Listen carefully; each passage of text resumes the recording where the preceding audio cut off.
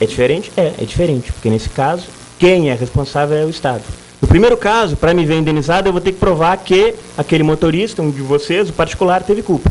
No segundo caso, eu não preciso provar isso, porque o Estado responde mesmo sem ter culpa.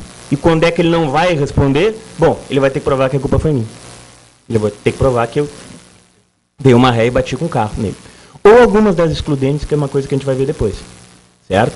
Então, isso que está no artigo 37, parágrafo 6º, é a tal da responsabilidade administrativa na modalidade do risco administrativo. Acho que deve lembrar. O que significa isso? O Estado realiza uma série de atividades, e essas atividades têm um risco, e ele tem que responder por esses riscos. E a maneira que ele responde é essa, mesmo sem ter culpa. Responsabilidade objetiva.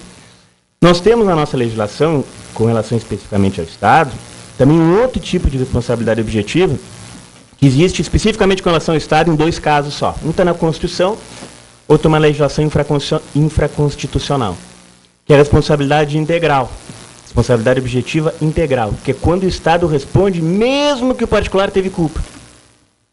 Isso acontece só em dois casos. O primeiro caso está previsto na Constituição, no caso de danos com atividade nuclear. O sujeito invade uma usina nuclear e é contaminado. Mesmo assim, o Estado tem que indenizá-lo, mesmo a culpa sendo dele, porque a responsabilidade nesse caso é integral. E em 2001, foi colocado numa lei, 10.309, a responsabilidade do Estado no caso de atentados terroristas. O Estado também é responsável por atentado terrorista, muito comum no Brasil, né? Atentado terrorista, né? ETA, Talibã, atuam muito aqui. E, enfim, se houver um atentado terrorista, o Estado é responsável, responsabilidade integral do Estado. Só esses casos. A regra é da responsabilidade objetiva, modalidade do risco administrativo. O Estado responde, salvo se provar que a culpa foi minha. Essa é a regra. Tá? O que vai caracterizar, então, essa responsabilidade do Estado? A gente afastou a culpa. Não preciso demonstrar que o agente estatal teve culpa, porque ele responde mesmo sem culpa, e mesmo que ele provar que não tenha culpa. Quais são os elementos dessa responsabilidade? São três. O fato, dano e nexo de causalidade. São bem simples, mas tem algumas peculiaridades. Só para colocar para vocês. Primeira coisa, eu sofri um dano no meu veículo e quem ocasionou o dano foi o carro da Justiça Federal, da União. Tá? Primeira coisa que eu provo, o fato. O que é o fato? Fato causado por um agente público no exercício da função. Sem problema, todo mundo sabe isso. Né? O agente público está no exercício da função, causou um dano para alguém, o ente público é responsável. Tá? Sem problema. Agora vem as questões que nos interessam mais. E se esse agente público não estava no exercício da função? Pode acontecer alguma situação que mesmo assim o Estado tenha que responder? Pelo dano que ele causou? Por exemplo, um militar, ao invés de deixar a arma que ele faz treinamento no exército, pega essa arma, e tinha que deixar no quartel essa arma, pega essa arma e leva para casa. E atira com essa arma e fere alguém. A União vai ser responsabilizada? Sim ou não? Aí tem aquela palavrinha que eu adoro no direito, né? Depende. É a palavra-chave no direito. Depende. Depende do quê? Tem dois casos que foram analisados pelo Supremo, que tratam exatamente disso. Primeiro caso, 2004. Relator Carlos Brito. Qual foi a história? O policial pegou a arma de serviço dele, levou para casa, saiu com a amante, teve uma briga com a amante, atirou e matou a amante. E os filhos entraram com uma ação contra o Estado. O que o Supremo disse? Não, o Estado não é responsável. Por quê? Porque apesar de ele estar com a arma pública, ele não estava naquela situação a pretexto de exercer uma função pública. Ele estava ali como um particular qualquer. Então o Estado não é responsável.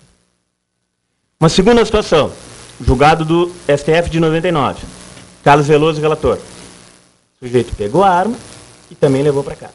Estava na casa dele, o pessoal estava fazendo uma baderna na rua, ele saiu, para determinar que as pessoas parassem de fazer barulho, houve uma discussão, ele atirou e matou um jovem. O Supremo decidiu que o Estado é responsável, porque ele estava ali a pretexto de exercer uma função pública, corrigindo as pessoas como se policial fosse. Tá? Então, uma coisa muito subjetiva, o pessoal tem que ser analisado caso a caso, mas a palavrinha é essa, quer dizer, ele estava ali a pretexto de exercer uma função pública, mesmo não estando em serviço? Estava. Tá? Então, o Estado pode ser responsabilizado, especialmente se ele estiver com uma arma pública, se ele estiver com um carro público. Certo? Agora, se não, mesmo estando com uma arma ou com um carro público, está fazendo uma atividade unicamente particular, o Estado não é responsável. Tá? Uma terceira situação com relação ao fato. E se o sujeito que comete o dano é um particular, um médico, um advogado, pode mesmo assim ocorrer alguma situação que o Estado seja responsável? Quando eu falo em Estado, né, pessoal, de forma geral, administração pública, os entes da administração pública que ele está vinculado. Pode ser que ele seja responsabilizado? Pode. Quando? Quando esse particular, mesmo que transitoriamente, esteja exercendo uma função pública. Quando é que acontece isso? No júri, por exemplo.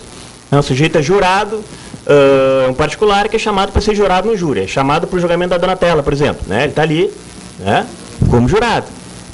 Se por acaso ele faz algum dano naquela condição, certo, contra alguém, o Estado é responsável, ele está ali a trabalho. O mesário numa eleição. O sujeito é médico, está ali de mesário numa eleição. Ele está atendendo o TRE, representando a União. Se ele comete um dano com relação a alguém, briga com alguém que está votando ali, o Estado é responsável. Eu ouvi um caso um tempo atrás de uma senhora que foi votar e ela tinha um problema, tinha um trauma com o nome dela. Até o nome dela não tinha muitos problemas, mas é uma coisa pessoal, né? O trauma é uma coisa pessoal. Ela não gostava do nome dela, tanto é que ela usava outro nome. E ela entregou o título na fila da eleição. E quando entrou na sala para votar, ela achou ou verificou que as pessoas estavam olhando o título dela e rindo. E ela teve um ataque nervoso, brigou com as pessoas, não votou, foi uma maior exclamação. E entrou com uma ação de danos morais contra a União. Por causa daquilo, porque ela não pôde votar por causa daquilo. Até não era um nome incomum, é Simelda o nome dela, né? Se fosse Ki ainda, mas era Simelda. Mas mesmo assim ela tinha um problema pessoal, né? E entrou com uma ação de danos morais contra a União com um fato cometido por um particular, certo? Mas estava ali transitoriamente exercendo uma função pública, tá? Então nós temos esse primeiro elemento, que é o fato, que pode ser cometido por um agente no exercício da função, a pretexto de exercer, ou por um particular transitoriamente exercendo uma função pública, sem problema. Depois nós temos o dano, sem maiores problemas, né? Tem que haver um prejuízo efetivo. Ninguém pode acionar o município porque o município deixou um buraco na frente da minha casa. Não, tudo bem, mas não tem prejuízo, não tem responsabilidade civil. No momento que alguém caiu ali e se machucou, que um carro passou por ali e quebrou, aí sim nós temos um prejuízo efetivo. Temos que provar que houve um prejuízo.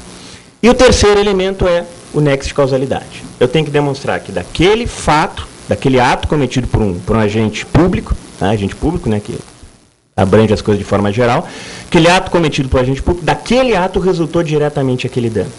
E tem que ser um nexo direto, pessoal, isso é importante. Tá? Daquele fato tem que surgir o dano. Se daquele fato cometido pelo agente do Estado, surgiram outros fatos e depois houve o dano, não há o nexo de causalidade direto e o Supremo Tribunal Federal entende que não existe responsabilidade do Estado. Vou dar um exemplo para vocês. 2 exemplos, 2 situações. O sujeito corrompe um agente penitenciário, ele abre a porta para o preso fugir. O preso na fuga, está fugindo, durante a fuga se estabelece um tiroteio, um pedestre é atingido por uma bala perdida. Responsabilidade do Estado? Sim, responsabilidade do Estado. Um ato de um agente público que abriu, deixou a pessoa fugir, o Estado é responsável por manter o preso lá dentro. Nessa fuga, certo, houve um tiroteio e alguém foi atingido. O Estado é responsável. Não tem dúvida. Tá? Fato, dano, nexo de causalidade. Uma outra situação, houve a mesma coisa, houve o mesmo tiroteio, só que ninguém foi atingido. Aí o preso foi morar em algum lugar, foi morar na praia, né? Foi morar em Garopaba, o pessoal gosta. Foi morar em Garopaba, né? Passou um mês, ele resolveu cometer um assalto e matou alguém. O Estado é responsável? Não. Segundo o Supremo, não. Tem algumas decisões, até do nosso Tribunal de Justiça, aqui, condenando o Estado por causa disso, mas não é a posição do Supremo, sem dúvida nenhuma não é. Por quê? Daquele fato da fuga, houve outros fatos na vida dele, certo? Ele fugiu, ele foi para lá, ele foi para cá, ele encontrou a mulher, ele encontrou os comparsas, etc. E depois ele matou alguém, certo? Não houve mais a relação direta com a fuga e, portanto, o Estado não é mais responsável. Então, esse nexo de causalidade tem que ser diretamente relacionado com a ação do agente público. Senão, a gente não tem responsabilidade do Estado. Certo?